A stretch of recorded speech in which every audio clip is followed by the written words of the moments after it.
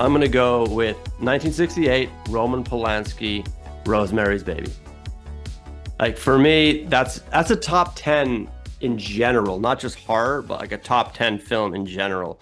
Um, and I think it's kind of one of those ones. And if you kind of curate the Mount Rushmore, I'm kind of going more into the cult of the satanic. And I think that kind of gets its representation. And that's a seminal one that really influenced a lot of the ones that came after it.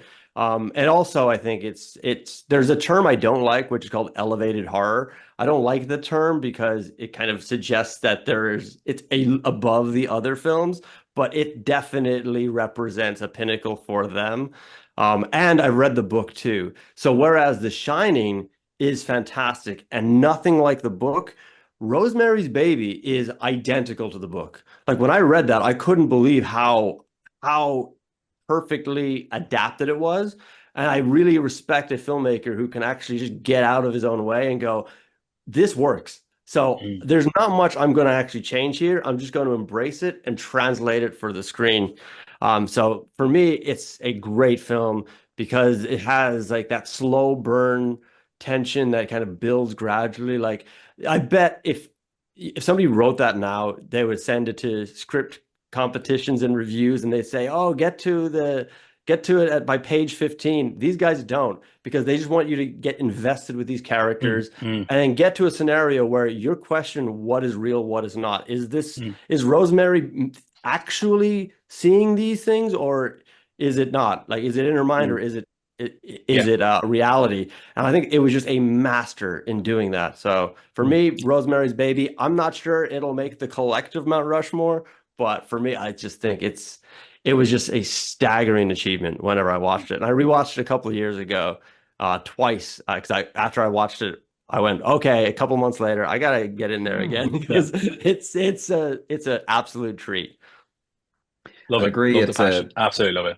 I'd agree it's a masterpiece. And again, it was will I, won't I pick that movie? But then I thought someone else would probably pick it. This is my whole day is categorized by knowing you guys will pick other films so I don't have to. Yeah. Stop coming in with a fucking game plan. What the Yeah, hell? yeah. Well, it's to spread it, get as many movies in as we can. Because okay. I feel like it is one of those movies like The Shining, the thing you can't resist picking up on. You know, we keep saying it's an all-time classic, and it is, and it felt like there's very little horror in a sense in it. There's like all this dread and mistrust and paranoia and fear and anxiety, like, and it's able to pull in all those emotions, and the performances are incredible again, and like you're able to feel all those things, but like, and it's creepy stuff happening sort of, but like there's very lit, like there's no gore, there's nothing like that, you know, the main things you'd think of, you know. And it is timely you mention it, Chris, because like Apartment 7A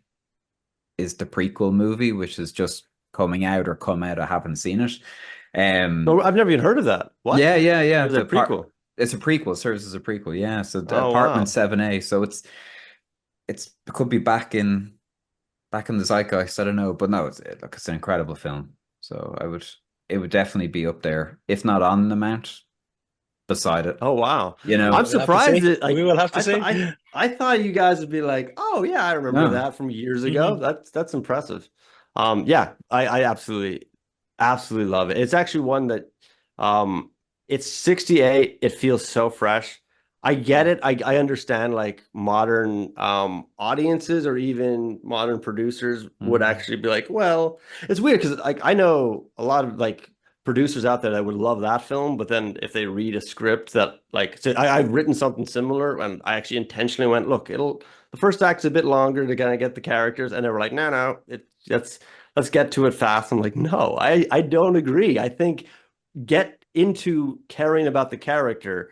And once you invest that time into them, then it's compelling what happens to them. Similar to like how I have to watch Dog Soldier again, but given that frenetic pace, they've done something where you actually care about these characters very quickly. That's super interesting because normally you kind of want to get into their life.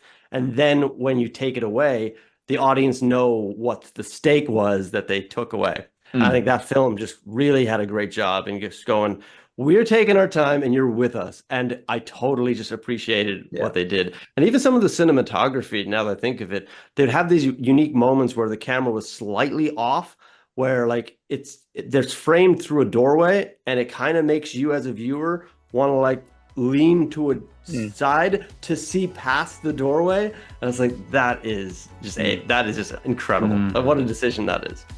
So yeah, that's Rosemary's Baby.